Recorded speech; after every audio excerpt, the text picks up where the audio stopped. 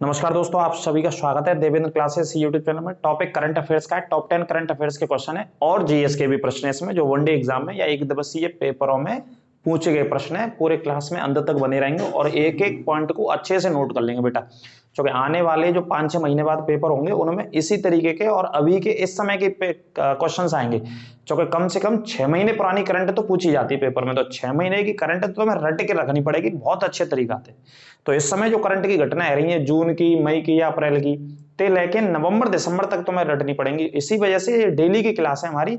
आपको जो अंतर्राष्ट्रीय और राष्ट्रीय लेवल की जो डेली घटना होते हैं करंट अफेयर्स की, वो इस टॉप 10 के माध्यम से मैं आपको बताता हूं कि कौन सी चर्चाओं में खबरें रही हैं, कौन सी खबरें पेपर में छप सकती हैं और आने की प्रबल संभावना है।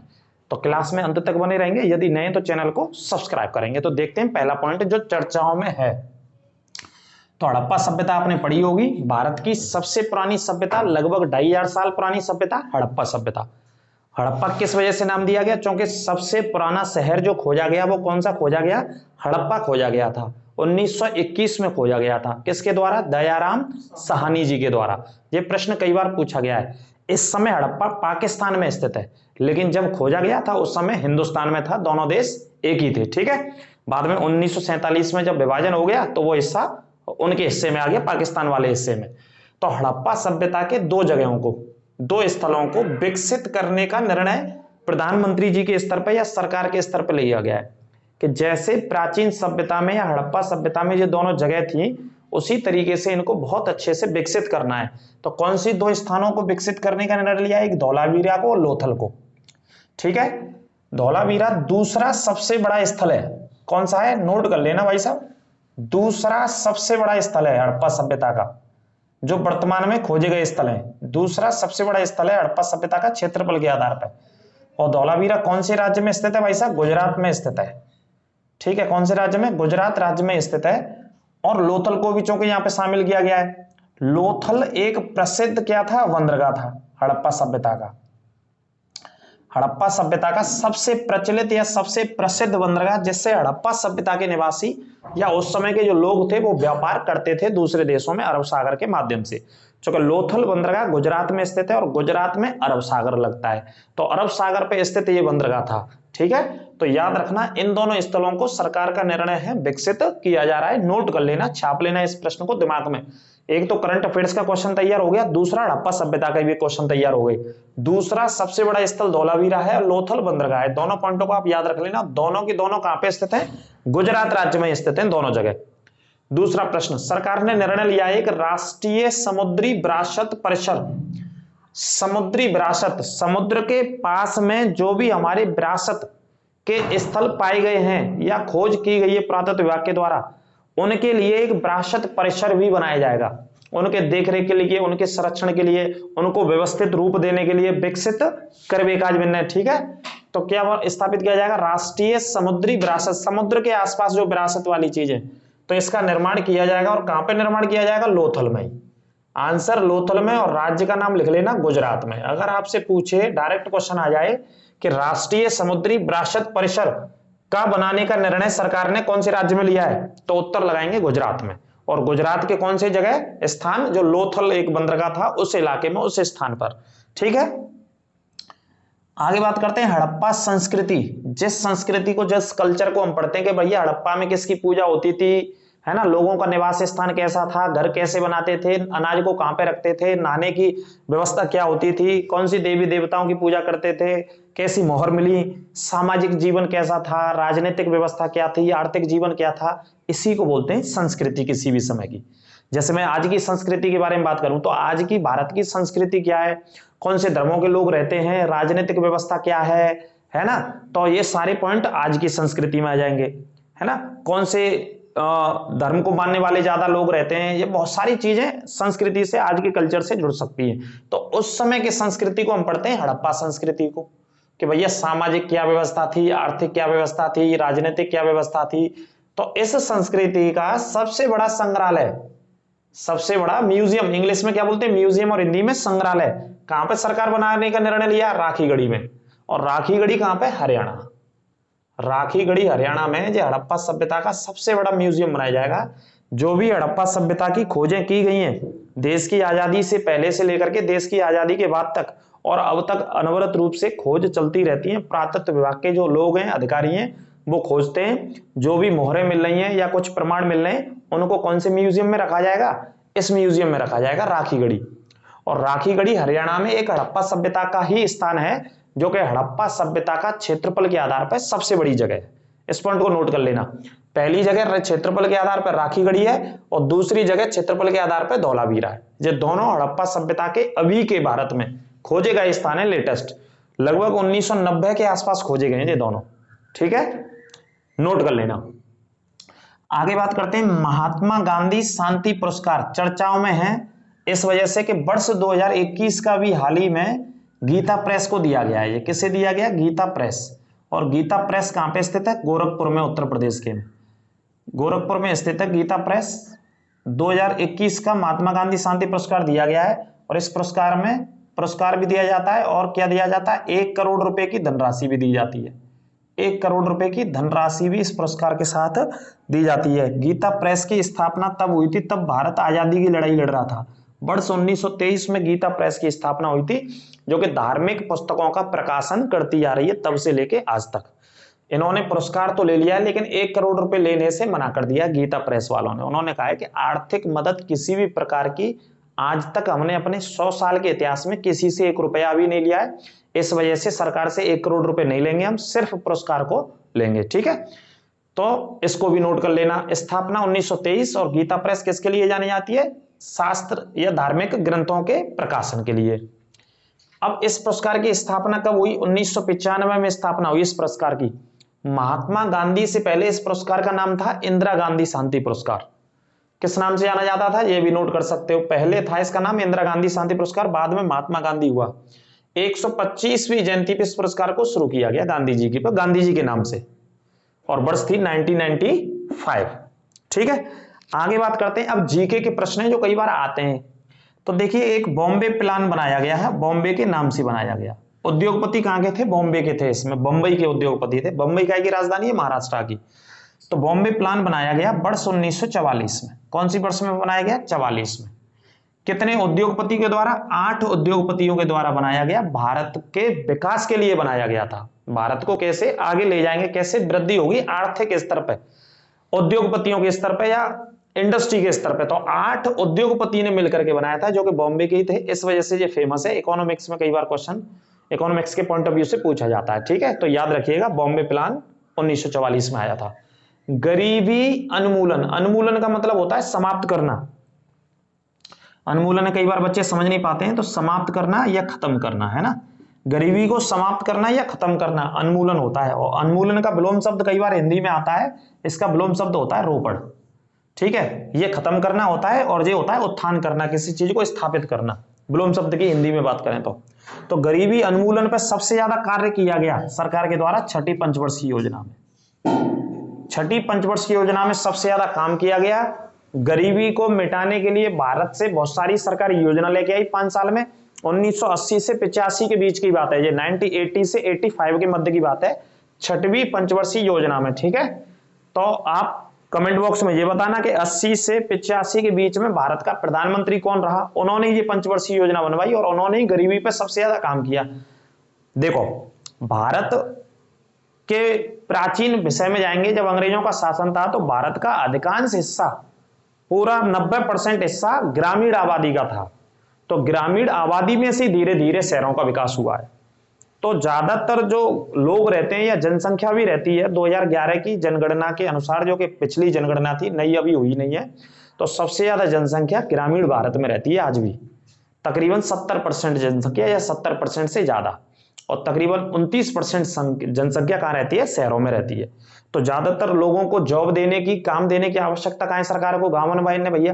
पहले गांवों को विकसित करेंगे तभी देश विकसित होगा, क्योंकि भारत की अर्थव्यवस्था कृषि पर आधार रही है। हमारा देश कृषि प्रधान देश रहा है शुरू से, 1952 से या 1948 से लगाएंगे। तो इस वजह से गरीबी को दूर करना था। और कहां की गरीबी को दूर करना था? ग्रामीण गरीबी को दूर करना था, जहां जनसंख्या ज्यादा रह रही है। ठीक है, तो छठी पंचवर्षीय योजना लाई गई। और कब की बात कर रहा हूं मैं? 1980 से 1985 के बीच की ये बात रही है। कमेंट बॉक्स में बताना प्रधानमंत्री का नाम। ठीक है, ये आपके लिए होमवर्क है। अगले प्रश्न की बात कर लेते हैं। अच्छा, एक प्रश्न और आ जाए कि नारा कौन सी पंचवर्षीय योजना में दिया गया? गरीबी हटाओ नारा। जैसे कई बार अगर आज के समय में बात करें तो प्रधानमंत्री जैसे नरेंद्र मोदी जी प्रधानमंत्री हैं, 9 साल हो गए उनको, तो कई बार वो भी देते हैं जैसे बेटी बचाओ बेटी पढ़ाओ का नारा। आज के 10 साल बाद 15 साल बाद जब और बच्चे पढ़ रहे होंगे, आकर के तैयारी कर रहे होंगे, तो ये नारे को पूछा जा रहा होगा किताबों के माध्यम से कि बेटी बचाओ बेटी पढ़ाओ का नारा कौन से प्रधानमंत्री ने दिया, कौन सी वर्ष में दिया। ऐसे ही पूछा जाता है गरीबी हटाओ का नारा किसने दिया? तो ये नारा दिया इंदिरा गांधी जी ने दिया था। इंदिरा गांधी प्रधानमंत्री थी उस समय, और 5वीं पंचवर्षीय योजना चल रही थी। ठीक है, नारा देना अलग बात है, लेकिन काम करना उस पर अलग बात है। दोनों अलग अलग बात है। काम किया गया ऐसी योजना में, नारा दिया गया एक योजना पहले, तो इससे पहले की योजना थी 5वीं पंचवर्षीय योजना। नोट कर लेना पॉइंट को, दोनों को। अब बात करते हैं अध्यादेश। अध्यादेश का मतलब एक तरीके से क्या होता है? कानून ही होता है, लेकिन संविधान में से अध्यादेश का शब्दावली का नाम दिया गया है। अध्यादेश की शक्ति आर्टिकल 123 में है संविधान में। कौन से आर्टिकल में? 123 में। और राष्ट्रपति से इंप्लीमेंट करते हैं, राष्ट्रपति के द्वारा जारी किया जाता है।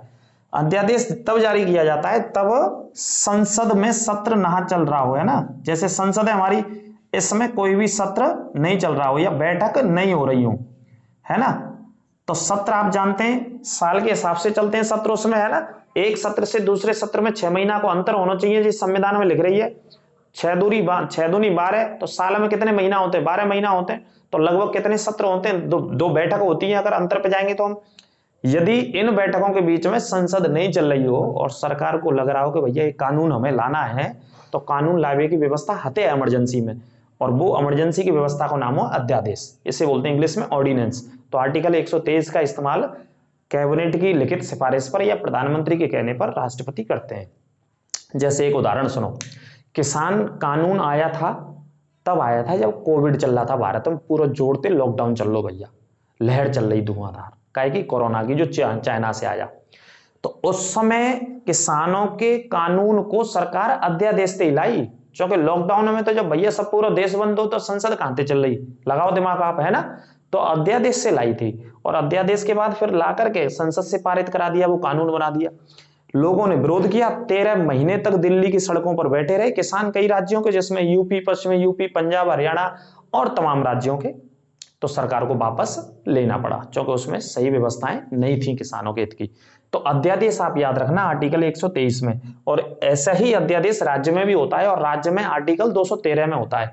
कौन से आर्टिकल में होता है? आर्टिकल 213 में। और कौन जारी करता है इसे? राज्यपाल जारी करता है। ठीक है, आर्टिकल 213 राज्य के अंतर्गत। आगे बात करते हैं दक्षिण एशियाई शांति एवं सुलह संस्थान।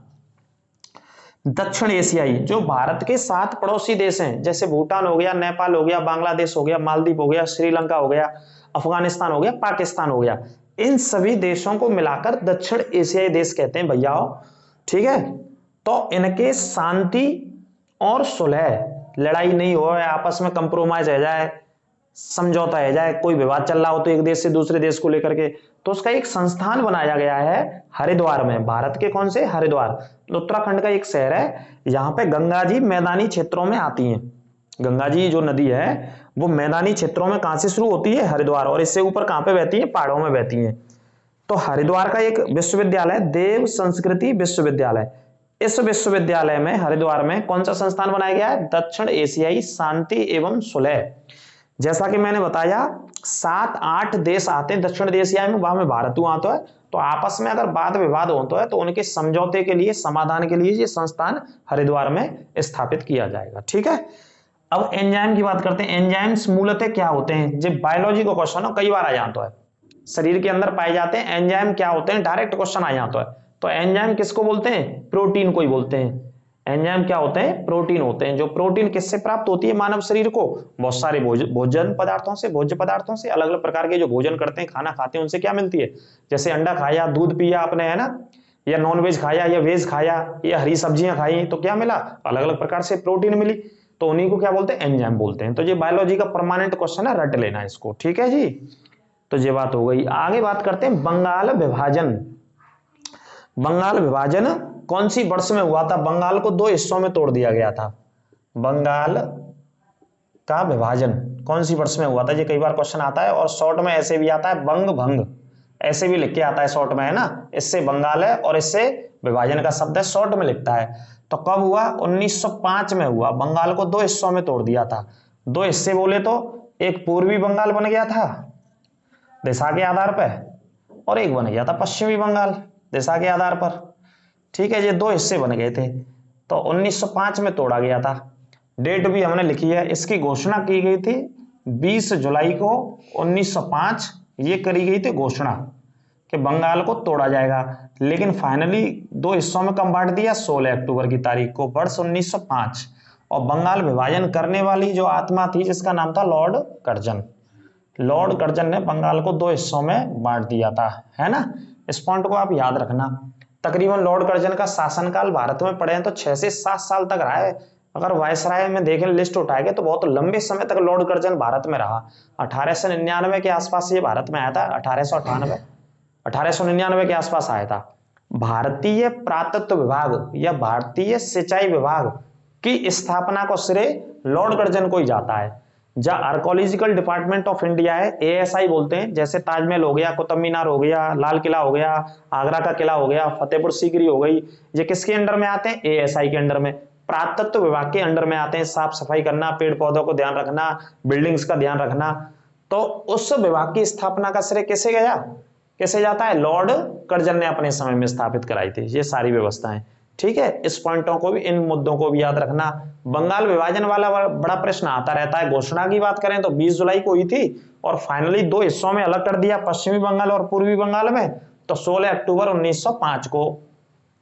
इसी वजह से आज भी जब 16 अक्टूबर का दिन आता है, आज भी मैं बात कर रहा हूं 2023-24 में, मान लीजिए अक्टूबर आएगा 2023 में, तो बंगाल के लोग आज भी इस तारीख को काला दिवस के रूप में मनाते हैं। क्यों मनाते हैं? क्योंकि उनके राज्यों को, सॉरी माफ कीजिए, उनके राज्य को अंग्रेजों ने 2 हिस्सों में तोड़ दिया। इस वजह से आज भी 16 अक्टूबर को काला दिवस मनाया जाता है। और उस समय एक दूसरे को राखियां बांधी गई थी। कलकत्ता की सड़कों पर, बंगाल की अलग अलग शहरों की सड़कों पर वंदे मातरम गीत गाया गया था, है ना, भीड़ की भीड़ चलती थी और आपस में एक दूसरे में भाईचारे का संदेश देते थे। भाईचारे का संदेश, एकजुटता का संदेश देते थे, एकता की भावना का संदेश देते थे। किसके खिलाफ? ब्रिटिश सरकार के खिलाफ, ब्रिटिश हुकूमत के खिलाफ, अंग्रेजों के खिलाफ, बंगाल विभाजन के विरोध में, है ना। और बात करें तो इसी समय कुछ वर्षों के बाद जो नेता थे यहाँ के बंगाल विभाजन के, रविंद्रनाथ टैगोर, उनके भाई थे आवेंद्रनाथ टैगोर, उन्होंने इसी समय बंगाल की सभ्यता को विकसित किया, व्यवस्था को विकसित किया था, है ना, पश्चिमी सभ्यता को खत्म करके, कि भाई जो अंग्रेजन ने हमारे ऊपर थोप दी है भाई हटाओ, भाई खत्म करो, और जो अपने भारत की व्यवस्था है, भारत की संस्कृति है, उसको अपनाओ। तो उसका श्रेय जाता है आवेंद्रनाथ टैगोर को। ठीक है। और सुरेंद्रनाथ बनर्जी की बात करें तो सुरेंद्रनाथ बनर्जी कलकत्ता बंगाल की धरती के व्यक्ति थे।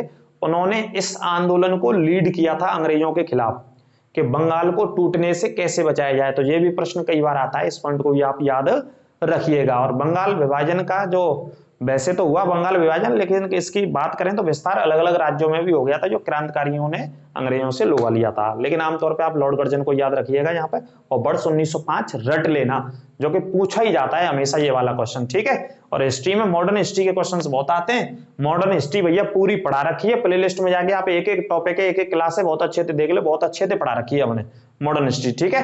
तो ये करंट अफेयर्स के क्वेश्चन और कुछ जीएस के क्वेश्चन है। अगली क्लास में आपसे फिर मुलाकात करेंगे। चैनल पर नए हैं तो आप चैनल को सब्सक्राइब करें, शेयर करें अपने मित्रों के साथ, दोस्तों के साथ। नमस्कार।